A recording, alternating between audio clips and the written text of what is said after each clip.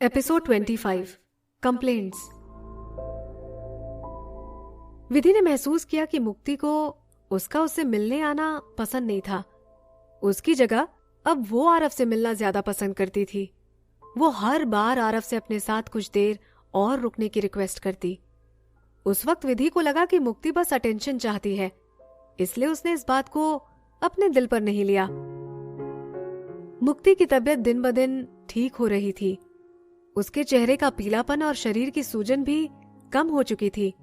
अब वो बहुत ही खूबसूरत सी गुड़िया की तरह लग रही थी, जिसे गुड़िया बनाने वाले ने बड़ी फुर्सत से बनाया हो। उस साल मुक्ति 15 साल की थी, इसलिए विधि ने उसे पढ़ाई के लिए अब्रॉड भेजने का सोचा। उसने रात रात भर जागकर उसके लिए सबसे बेस्ट स्कूल को चुना और उसके पास उनके फॉर्म लेकर आई। पर मुक्ति ने उन्हें खुद से दूर कर दिया और मुस्कुराते हुए अपनी बहन से कहा, दी, मैंने होम स्कूलिंग करने का सोचा है।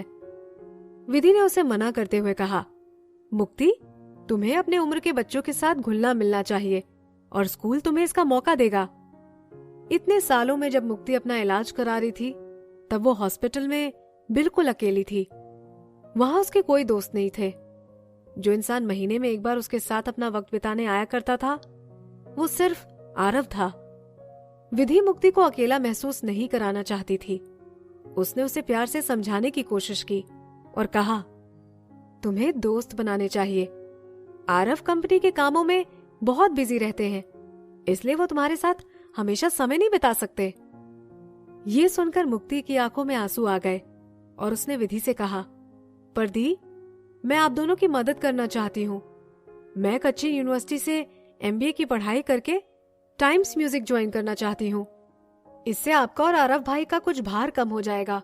मेरी पढ़ाई की नींव भी कमजोर है। अगर मैंने स्कूल ज्वाइन किया तो बाकियों की बराबरी नहीं कर पाऊंगी और यूनिवर्सिटी तो बिल्कुल भी नहीं जा पाऊंगी। दी, मुझे होम स्कूलिंग करने दो ना प्लीज। आप और आरव भाई मेरे लिए सबसे बेस्ट टीचर लाके दोगे, है ना? विधि उसे मना नहीं कर सकी। उसे लगा कि यही सबसे बेहतर होगा। मुक्ति हमेशा से ही कमजोर और बीमार रही थी।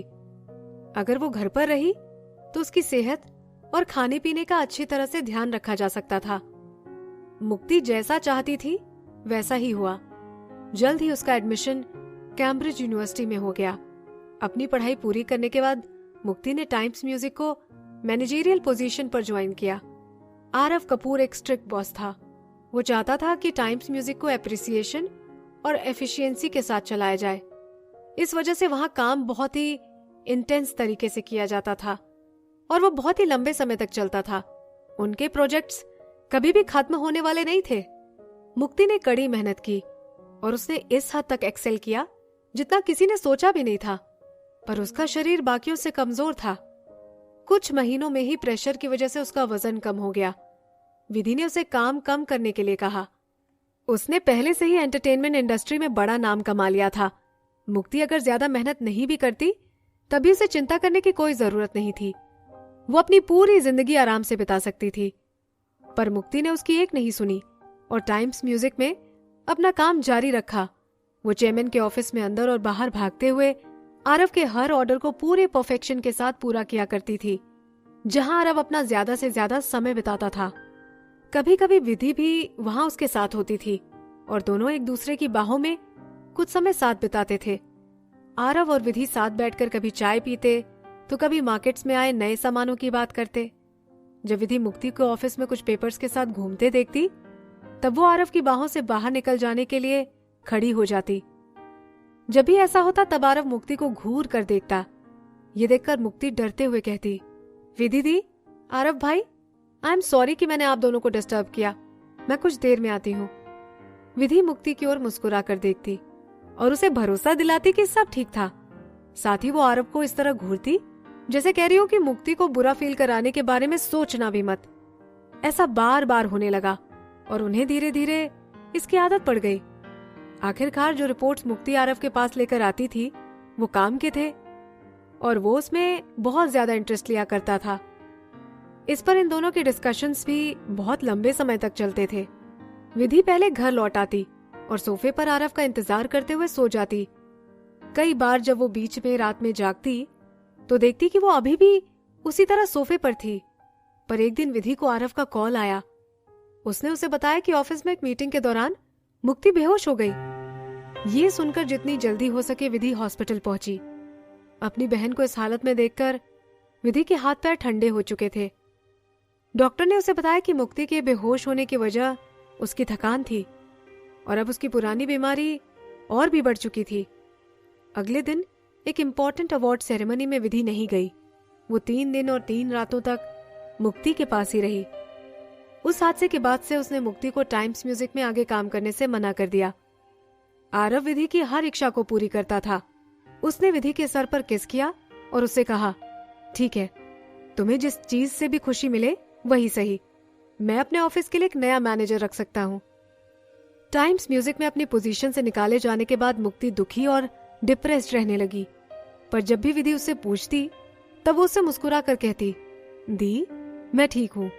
मैं भी कितनी बेवकूफ थी कि ये समझ ही नहीं सकी कि मैं उस काम के लायक नहीं थी। आई एम सॉरी कि मैंने आपको परेशान किया। पर एक दिन विधि ने उसे छुपकर रोते हुए देखा और वो इसे इस हालत में नहीं देख सकी। उसने अपनी अब तक की सारी सेविंग्स अपनी फाइनेंशियल कंसल्टेंट से ले ली और मुक्ति को देते हुए कहा, ये मेरे पिछले कुछ सालों की कमाई है। मैं चाहती हूं कि तुम इसे मैनेज करो। मुझे इस बात की कोई चिंता नहीं कि तुम इसे बढ़ाती हो या इसे खो देती हो। अपने खाली समय में तुम इनका जो करना चाहो वो कर सकती हो। ये पैसे जितने मेरे हैं उतने तुम्हारे भी हैं। वो चाहती थी मुक्ति अपनी नॉलेज का यूज करे। विधि को उम्मीद थी कि उसे इससे खुशी मिलेगी। मुक्ति ने वो पैसे ले लिए और कहा, दी, मैं आपको निराश नहीं करूंगी। मुक्ति ने एक बड़ा रिस्क लिया और पैसे इन्वेस्ट किए। पर 1 साल के अंदर अंदर उसने विधि के दिए गए 50% से भी ज्यादा पैसों को गवा दिया। विधि ने उससे तब तक भी कुछ नहीं कहा जब तक उसे मुक्ति का सुसाइड नोट नहीं मिला। उसने नींद की गोली खाकर सुसाइड करने की कोशिश की थी।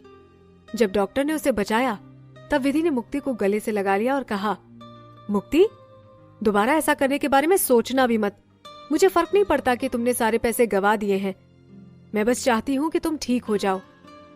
पर उत्कर्ष को किसी बात पर शक था, इसलिए उसने विधि से कहा, विधि, टाइम्स म्यूजिक में रहते हुए तुम्हारी बहन ने हमेशा से ही बहुत ही समझदारी और चालाकी से हर फैसला लिया है। वो तुम्हारे पैसों के साथ इतनी बड़ी गलती कैसे कर सकती है? विधि ने मुक्ति को डिफेंड करते हुए कहा, जब वो टाइम्स म्यूजिक में थी तब वो आरव की निगरानी में थी। वो वहां वही करती थी जो आरव उससे कहता था। अब जब वो अपने काम और फैसले खुद कर रही है तब उससे इस तरह की गलतियां होना आम बात है। वो भी छोटी है और ये उसका पहली बार था। अब जब वो उसके बारे में सोचती है तो उसे लगता है कि उस वक्त वो कितनी भोली थी। बाद में जब आरव ने उसे कैद करके रखा था तब मुक्ति उससे कभी कभी मिलने आती थी। वो वही समय था जब उसने उससे अपनी शिकायतें की थी और कहा था, दी, आपको ऐसा क्यों लगता है कि मैंने इतनी मेहनत क्यों की? आपने ऐसा क्या किया कि आपको वो सब मिला? पैसा, फेम, स्टेटस और आरव भाई का प्यार? आपने ऐसा क्या किया कि आपको उनका पूरा अटेंशन मिला? चाहे मैं कुछ भी क्यों ना कर लूं, पर उन्होंने कभी भी मेरी तरफ देखा तक नहीं। उन्होंने मेरे लिए जो भी किया वो सब आपकी वजह से किया और ये बिल्कुल भी सही नहीं है। मुक्ति की बातें सुनकर विधि हैरान थी। उसे ऐसा लग रहा था जैसे उसके सामने ये लड़की उसकी बहन नहीं बल्कि एक अजनबी थी। मुक्ति विधि के करीब आई और उसे बड़े ही भयानक और बुरे तरीके से कहा, दी, आपने बचपन से ही मेरी ही खुशी का ध्यान रखा है। आप मेरी एक आखिरी खुशी का ध्यान क्यों नहीं रखती? मार डालो खुद को। आपको अपनी मर्जी के बिना यहाँ रखा गया है। क्या आप इंसल्टेड और टॉर्चर्ड फील नहीं करती? आप जैसे घमंड से भरा कोई भी यहाँ इतने नीचे नहीं जा सकता, है ना? बस मार डालो खुद को और आप इन सब से आजाद हो जाओगी। तब मैं आपकी जगह लूंगी और आरव भाई का दिल जीत लूंगी। फिर उसने विधि के चेहरे को अपने हाथों में लिया और कहा, तो फिर मर जाओ मेरी प्यारी बहन।